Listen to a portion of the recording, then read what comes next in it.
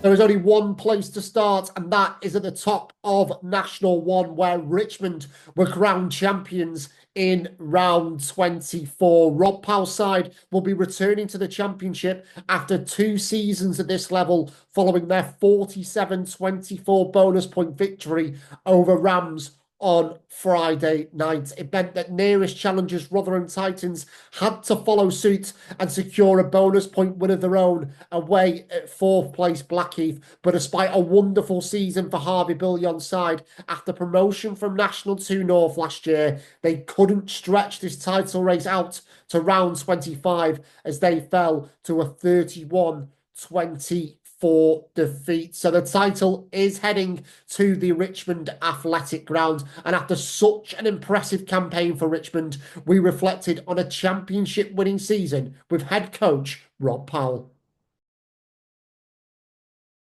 Rob, thanks very much for joining this week, and many congratulations to yourself and Richmond on gaining promotion at the weekend. Thanks, Chris. Yeah, exciting times. So thank you very much. No problem at all, Rob. And obviously we'll get on to kind of clinching promotion and winning promotion back to the championship, Rob. But how have kind of the last few days been for you and the team, really, since kind of the full-time whistle on Friday night against Rams? Yeah, a bit of a bizarre one, really. I've never really experienced something like that. So obviously we did a good job on Friday, but the sort of job hadn't been completed. We were still waiting for things on Saturday. So we'd sort of celebrated our win as we normally would do as a team. By Saturday, we were all dispersed different places and waiting, and then got the news that Rotherham managed to get a point at Blackheath. So the lads sort of got together and tried to celebrate, but I was actually with family elsewhere, so I missed out on the weekend celebrations. They managed to have a good time on Saturday that I think sort of ran into Sunday a little bit, and other teams in the shipping ones, which is a bit of a rugby pub. So I think they had a good time, but we'll have to make up for it at the end of the season now, because obviously from a personal point of view, I missed out a bit. I'm sure the next 3 weeks, or maybe into May, Rob, you'll be able to celebrate, and deservedly so, because you guys have had a fantastic campaign in National 1. Of course, the 13-match unbeaten run that you stitched together in the first half of the season seemed to give you a real platform for this tilt at the title. And I know we spoke when we were at Rams just before Christmas for the live stream game, and you talked about kind of the squad cohesion and everyone pulling together. And I guess we've absolutely seen that in the second half of the season as well. Yeah, I think they've just got better and better, and as you know, we're a very young squad. The average age is still sort of 24 in the teams that we put out. There isn't a huge amount of players in that team that have got championship or premiership experience. There's some guys that have been here a while, like a Toby Cecil. He's seen promotion with Richmond before, but he's the only one that's been here long enough to remember the previous promotion. So actually, it's quite a young and an exciting group. And when they came together, I could sense that they were going to be strong and tight and tight knit. But they've just got stronger and stronger and tighter as it's gone on. And whenever there's been adversity and something tough's happened, they've just managed to stick it out and stick together. And there's been some bumps along the way. It's not been easy. We've had a really significant amount of injuries, and I guess we've been lucky that, or not lucky. We've been fortunate that when we put players in, they managed to reach the level that the other guys did. So that's been the strength in depth, really, of our group this year, that we've had a lot of quality players that have all added lots of good stuff. It's refreshing, really, from my point of view, as a good reminder that that's what sport's about, and team sport is about people and players and digging in and being together. And I'm certainly not saying that other teams haven't achieved this type of thing with a group that on paper probably is not the highest players in the league by any means. We probably haven't got some of the star players that some of the other teams that we're competing against have, and certainly don't spend as much money. And it's refreshing for me that it's a good reminder that if you get the right group and the right people at the right time, and things go your way and you get a little bit of that sort of fortune as you're going along, then you've got a chance. I think when we were talking, from a board level, I guess I was talking about top three. I think that was a fair reflection of the fact we'd recruited, and there's some good teams in that league. But you want to be in that top 5, top 3, really, don't you? Like any team that's wanting to aspire to do something should be aiming up there. But internally, we were talking about trying to win it. So with the lads, we were talking about trying to win it, and that's not from an arrogant point of view. It was like, I think that we've got a group here that can achieve this if we get our ducks in a row and actually have a crack every week. So that sort of gathered momentum when we could see that we probably had got a group that were willing to do it, and we just went with them, really. And from my point of view, I think it's a good story actually and a reminder to everyone about like to try and do things the right way and with some integrity, and try and do our own thing. And I think we've achieved that this year, which is good. I think, yeah, we've had a funny time, haven't we? We were in the champ for a period of time, and the COVID bit really sort of damaged us as a club in a certain sense, because we build our stuff on what we've done this year, which is getting a group of guys together, and I guess it got tough in that period because we couldn't really do the sort of whole interaction and engaging with each other in that period, and maybe lost a little bit of that identity of what we're really about. And that's no criticism to anyone. That's just where we landed up, and it was tough. And I think the model we've got is something that can be sustainable at Tier 2 Championship, whatever you want to call it. And the fact that when we first got promoted, 2016, we were the only non-full-time club. It's a bit different now because there's only 3 or 4 that are actually fully full-time. Obviously, there's a couple that come out of educational institutes and stuff like that, but fundamentally, I think the goalposts have changed a little bit, and I know that the RFU wants to promote the quality and the standards in this league, but also I think that from a playing point of view, it's a bit different, and hopefully an opportunity for us to run our model and do what we do and try and do it well in this league. So has that been the key then, Rob, to this success, having that sustainability and that buy-in from everybody at the club? Because it's very easy when you are a club and you want to be ambitious to try and go for it gun ho and make it as quickly as possible. It sounds like you've had to kind of make sure things are in the right places at the right times for this to happen. Yeah, I think because of what happened late 90s with the club going bust very famously and being put as low as the RFU could possibly put them, that does impact how we run our business, and we're never going to be unsustainable. So that at times might mean that we can't spend the money that we'd like to on certain things, and we can't do things that we'd probably like to do. So we've got to do it differently, and we've got to get the buy-in of people, players and staff and everyone really to understand our model, because that's how we're going to do it. And it doesn't mean that we don't want to spend appropriately, but at the same time we're going to do it whilst at the backdrop of not losing money, because that's not sustainable for anyone, and it's not good for sport, and it's not good for rugby. I've been here for 12 seasons now, and I understand the model and what we do, and it's going to be done like this, and we need to be better at doing this. So if we're going to have more success, it's going to be through the model that we're trying to achieve, not through doing something that's going to lose money and potentially go pop.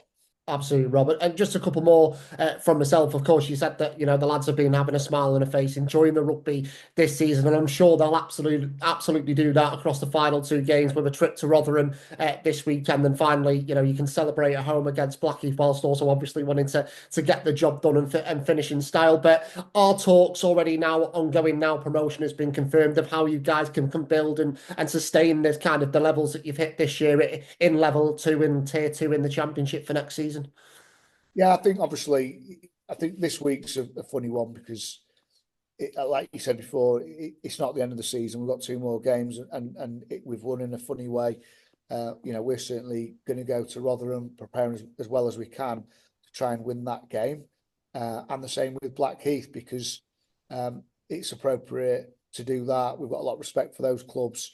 They're both going to be really difficult games. So if we take it, if anything other than the way it should be, then we'll struggle, and we won't want to do that. So there's that going on. But I suppose my job now is to make sure that we get in place for next year and assemble the right sort of group of players around the ones that we've got, and get the right staffing structure and working on all those stuff. So now we know what we're doing, and we know what sort of more likely our budgets will be for next year based on Championship money and stuff.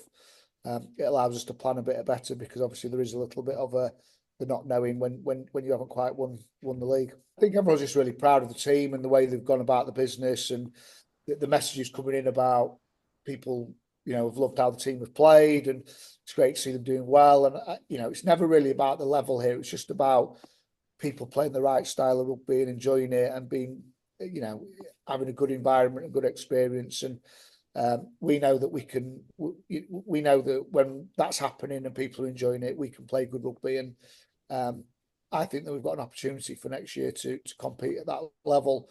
I don't see it as it's going to, I'm not daunted by it, although it's a huge step up. I think everyone's got to be excited about it. So many thanks to Rob for joining us on the show this week, and congratulations again to Rob and everybody affiliated with Richmond on promotion back to what will be the expanded championship for next season. And as Rob said, a lot of hard work has gone on both on and off the pitch, which has led to the success for Richmond, and the club are very excited about heading back to Tier 2 next term. So confirmation then that Richmond are the champions with over 100 points to their name. They've lost just twice all season, and an unbeaten run of 8 games since the end of January has guided them over the line. Rotherham's loss to Blackheath last Saturday means Roslin Park now occupy the silver medal spot, as they made it 7 wins on the spin in round 24 with a 45-24 victory over 11th placed Sedgley Park. 11 straight wins now at home for Roslin Park, and Kieran and Power's side are on course for their highest finish in a decade if you don't include the curtailed 2019-20 COVID season. So Roslin Park really enjoying their rugby in National 1 at the moment, and the battle for a top 4 finish will be an interesting one as well, with Blackheath, Plymouth Albion and Rams all in the conversation. So with the title race wrapped up, the scrap for survival is a main focus in National 1. And as we know, Darlington, Moden Park are already down, and it is between Esher and Leicester Lions for who avoids the drop. The Lions once again closed the gap on Esher, which is now down to a single point, despite Gareth Collins' side suffering a heartbreaking 41-39 loss at 10th place Dings Crusaders last time out. A breathless contest looked like it would be heading Leicester's way when Jamal Hamilton went over 4 minutes from time, but Max Rivers' try snatched it for Dings, meaning the Lions had to settle for 2 points rather than 5. But nevertheless, the Lions did edge closer to Esher, who fell to a 59-19 defeat at home to Birmingham Moseley. Peter Winterbottom's side have been hit by a huge number of injuries this season, but they weren't able to record any league points last time out, and a 7th straight defeat leaves them still scrapping away for their National 1 safety. And next up for Esher is a visit to 5th placed Plymouth Albion on Saturday. And whilst Esher will still very much be a focus, given they are embroiled in this relegation scrap, on this week's National League Rugby preview show, we also wanted to shine a light on Plymouth Albion, who are one of our feature clubs in round 25's episode. Now, Ryan Lamb's side have been pretty much a constant in the upper echelons of National 1 this term, mainly due to a wonderful 10-match winning run they stitched together between the start of December and the middle of March. But a couple of disappointing defeats to Richmond and Roslin Park at the end of last month did take the wind out of their sails slightly, but Plymouth returned to winning ways and bounced back in round 24 with a 39-26 victory at Darlington Moden Park. And Plymouth are very much an ambitious club, and they want to keep progressing in National 1. And you may have seen the news last week that a few clubs in National 1 have expressed an interest in being part of the expanded championship, the newly formed Tier 2 going forward, and Plymouth Albion were one of those clubs to have expressed an interest. And the reason behind that is because a shared vision both on and off the pitch at Plymouth has created a very healthy environment at Brickfields, and sustainability and having the right people in the building has been a crucial part in that. So ahead of their final home game of the campaign against Esher and looking ahead to the future for Plymouth Albion, we caught up with head coach Ryan Lamb, as well as the club's media, marketing and community manager, Paul Nicholson. A little bit of a difficult start to the year. We had a lot of lads come in at the start of the summer, and maybe took a while to integrate them and kind of get our principles that we wanted to get on the field. And but I mean, we got a lot of talented young boys, young lads, and they do. Some of them's not really played a lot of national rugby or men's rugby, so it's kind of baptism of fire a little bit. And then I think they've grown into the season really, really well, and we've gelled, and yeah, we found a bit of form just after Christmas, and then obviously puts us in a bit of better stead. But we want to really finish the season well. Yeah, you mentioned that run of form. I think you're probably doing it a bit of disservice there, Ryan, because you guys managed to string together a fantastic winning run of 10 matches. And I know kind of the end of March didn't go the way you wanted to against Richmond and Roslyn Park, but that winning run that you've had, Ryan, that must give you so much confidence as a coaching group that, yes, you know, you've got a young squad. You said some of them have taken some time to be integrated into National One, but for you guys to put in that kind of winning streak must be a massive plus point going into next season. Yeah, it's huge. I think it's going to set us in really good stead going forward. But I mean, we kind of see it. This is what was the frustrating thing about it. We saw a lot of it in training. We know we got a lot of really good players, and they produced a lot of good things in training. And it was more about gelling them. I think our average age in our backline this year has been 21. I think 21, 22, and that gets pushed up a little bit with Jack Alton, our captain, who's 28, and Tom, who's about 26, 27. So I mean, they're still really good ages. So we're, as a squad profile, we're in a really good place, and it was really nice to them actually get that, their talent and what they can do on the field in that block. And we got really good foundations at the club at the moment. We've built slowly over the last 3 seasons. We didn't want to run before we could walk. We had a lot of, maybe when I first came in, it was a bit of an older profile of the team. A few of those guys kind of moved on a little bit now, and we've kind of mixed that with youth and a bit of experience, so we got some good energy. But yes, it's fantastic. The foundations are there. We definitely know we can build from it. So yeah, it's we're in a really good place, and we just want to make sure we finish the season well and take that momentum into next season. Yeah, and you mentioned being in a really good place, Ryan, and I guess that came into your thinking, or might have been one of the first thoughts in your mind when you decided to extend your contract at Plymouth Albion. I know it was announced in February that's in a 2-year extension taking you to 2027, and I guess that on the field stuff as well as the behind the scenes stuff as well, and everyone kind of having a clear vision came into your thinking as well. Yeah, I mean that's the reason why it kind of come down. We moved down to Cornwall as a family, and with the job at Plymouth come up, and we kind of had a little look at it, and it's a fantastic club. It's unbelievable. As I said, they've got everything there to be a big club.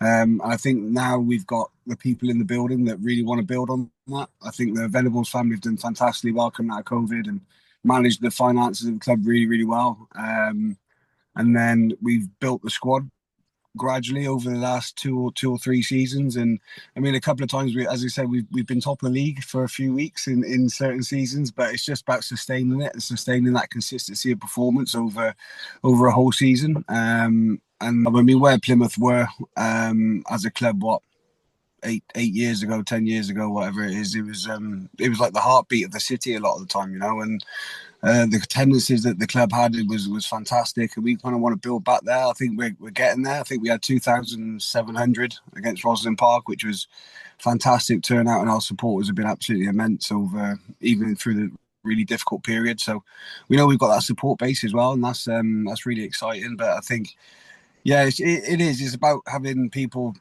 in the club that want to do well for the club, and bring it on as much as we can. I think we've got that now.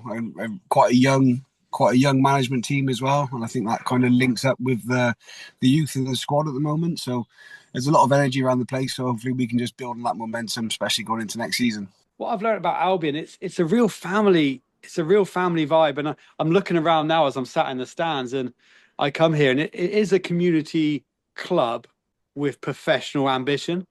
And I think that's probably the biggest thing. It's keeping that community spirit, being professional at the same time. But everyone's fantastic down here. The crowd are great, the staff are great, the volunteers are great. I would be doing them a disservice if I didn't, mention Nick and Kirsty who run all the corporate hospitality stuff. Max's mum and dad, Dave and Graham, who's involved, and Ellie and Charlotte. There's all these people that I've just seen today, and we've all got that one vision. And then you mix that with the incredible volunteers and the ground staff here as well. We all want what's best for the club, and that is it. No one's coming in with any hidden agendas. No one's coming in with their own personal gains. It is, let's make this club better. People obviously will be watching this, and a lot of people know Plymouth Albion is such a massive club. They have such a rich history, and they'll know kind of the troubled waters they were kind of in, almost a decade ago now, in terms of the club going into administration. But as I said at the top, it's continued to rebuild, become more sustainable, and because of that, ambition seems to be high both on and off the pitch at the moment. So what kind of things have the club done over the last couple of years, Paul? I know you only came in at the start of the season, to give it this sense of what we are really, really heading in a positive direction now. Yeah, I think it starts within. So for us guys in the club, it starts with us and going, right, if we're going to act, if we want to be a professional unit, we've got to act like it, inside and outside. So we've got a new commercial director in who's come from Plymouth Argyle Football Club. We've got myself who's come in from British basketball, and then you mix that with guys that have already been here with a love for rugby. We've just needed to act in a professional way. We need to show ourselves in a professional way, and that goes down to our commercial viability. That goes down to our social media, how we act on a game day, how we're perceived by the general public. Everything we had to do is be in that manner, and that then will echo across. And if we're doing that, the players are doing that, the coaching staff are doing that. We act where we want to be, not where we are. And in terms of kind of the club going forward, obviously the news last week around the expanded championship was, of course, of interest to National League Rugby. We know Richmond now will be heading there next season after winning the league at the weekend, but Plymouth were one of the clubs who kind of expressed an interest in joining, and I know they've already been assessed against the minimum operating standards. As simple as it sounds, Paul, and again, it probably links to a few of the answers you've already mentioned, it seems like such an attractive option for Plymouth to be part of that league. And again, it feels like right now the club have got everything in place, or they've certainly got the parts in place to make that happen over the next few years. Yeah, don't get me wrong. I think if someone turned around to me today and said, right, you're in the champ, there's some scary things that we got to do, and there's a lot of changes that would have to be made. But regarding facilities, ambition, and everything else, yeah, let's go, let's do it. Like we're all super ambitious, and we all want to be there. And that's why we applied. We wouldn't have applied for any other reason. We've got an ambition. And if you're in sport, in any form of sport, and you don't want to win, then you're probably in the wrong place. So as a club, that's what we want. I think now, yeah, there's a clearer vision of I think the details have to come out a little bit about what the funding is and all that type of stuff around it. But yeah, I mean, we just concentrate on ourselves. Generally, we didn't really think about too much of the bigger picture. We just thought we have to get it in-house. We've got to get it right. And if we build it well and build it slowly. And I think a lot of teams that maybe failed have probably chuck a lot of money out of something, and then if it doesn't kick off, then if that money pulls away, you're stuck with a big wage bill, and then you're back to square one a little bit. So I think we've got guys in the building that understand the project and understand where we want to build it to, and I think we can get there. But as I said, it's so much easier having that clarity to know that you can go up and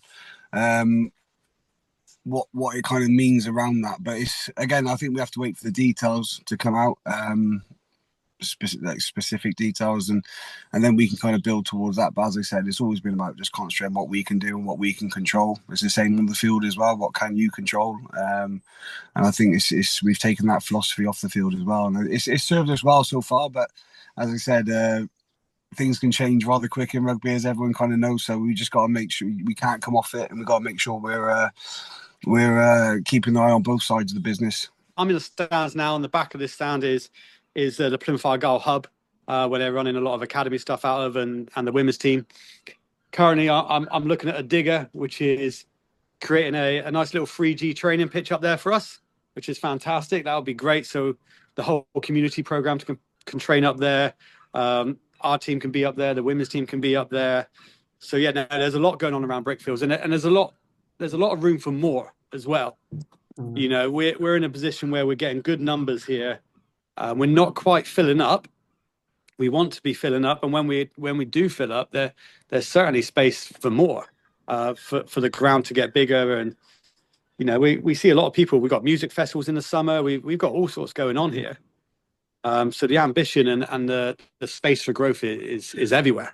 There's a slogan which was used over the years, which I discovered this season. It's a team of the city for the city, and it lives up to that here. Like there's a big craving for rugby in Plymouth, and everyone really wants to be a part of it. And yeah, I think there's only been one game actually where we've gone under 1,000, which was the Storm Darla game, which went ahead here.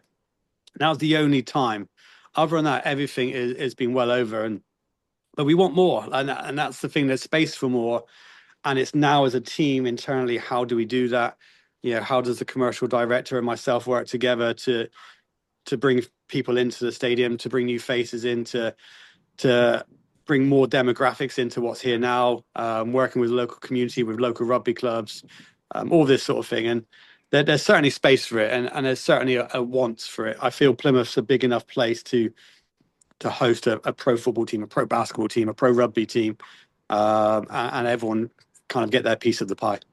And just finally, Ryan, one more for me. You mentioned kind of the crowds and the attendances that you've had at Brickfields. I was speaking to Paul yesterday, and I think we worked out that after this weekend, you're probably going to have over 16,000 spectators coming to Brickfields across the course of the season. So how much do you kind of, first of all, value that and having such strong home support every other Saturday, but also how much will that help on Saturday to sign off with your home campaign with another victory?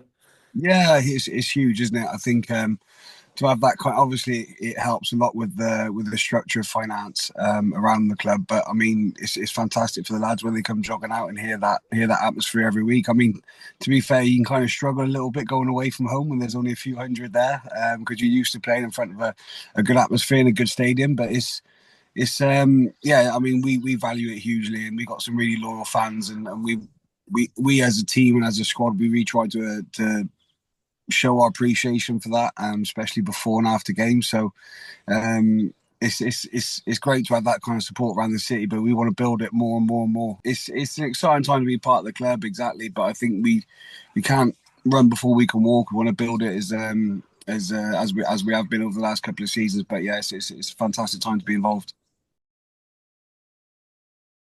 So many thanks to both Paul and Ryan for their time over the last couple of days. Certainly exciting things happening at Plymouth Albion as they look to the future. But what we would say is certainly watch this space from a Plymouth Albion perspective, because they are capable of being at the right end of National 1 next season. But for now, though, they'll be concentrating on ending this current campaign strongly with a top 4 finish very much on their radar. And as we mentioned, their penultimate fixture for the 2024-25 season comes against 12th placed Esher on Saturday. We'll be looking to reignite their survival bid down in Devon. 3 points from their last 7 games has dragged them into this fight with Leicester Lions, who in the same time frame have collected 15 points, and the Lions are back at Wesley Park for their final 2 games of this term, starting with the visit of 4th place Blackheath on Saturday. The Lions end the campaign against Bishop Stortford with Esher at home to Sedgley Park. But what will the state of play look like going into the Easter break? And there is a scenario where Esher could beat the Drop this weekend and survive relegation, but that would require them beating Plymouth Albion away from home and Leicester Lions only picking up 1 point or less against Blackheath at Wesley Park. So there is a chance that the relegation scrap could be decided this weekend, but we'll have to wait and see. how the action unfolds. But bringing it back to the top of our fixture list, where a fight for a top half finish might be the narrative at Bilsley Common, with 7th place Birmingham Moseley hosting 8th placed Sale FC. Moseley leapfrogged Sale last week after Jonathan Keep's side fell to a 34-26 home loss to Bishop Stortford, who entertained Dean's Crusaders this weekend, and Stortford is still in the hunt for a top half finish themselves. Tom Coleman's side are on a 4-match winning run and are 4 points behind the aforementioned Moseley, whilst Dean's Crusaders secured their status in National 1 last week after promotion from National 2 West last year. So congratulations to Steen Williams and Luke Arscott's side for that. Elsewhere, Roslyn Park can actually secure 2nd place this weekend if they continue their fine winning streak away at 6th place Rams, and Rotherham lose at home to Richmond. But of course, both Rams and Rotherham will have something to say about that, particularly the Titans, who, having challenged Richmond for the title this term, will want to show what they are all about against the newly crowned champions at Clifton Lane, especially after 3 defeats from their last 4 games. So some interesting battles in the top 6 to get your teeth stuck into this weekend. And lastly, what an emotional and special day it is set to be at Park Lane on Saturday for Sedgley Park's Matt Riley, who is set to play his 457th and final game for the club against Darlington Moden Park. An absolute legend at Sedgley Park, and Matt has been a wonderful player and a wonderful person to have affiliated with National League Rugby. So congratulations to him on a brilliant playing career, and I'm sure Sedge, who booked their ticket for a 3rd successive season in National 1 last week, will be looking to give Matt the perfect send-off by securing a victory in round 25.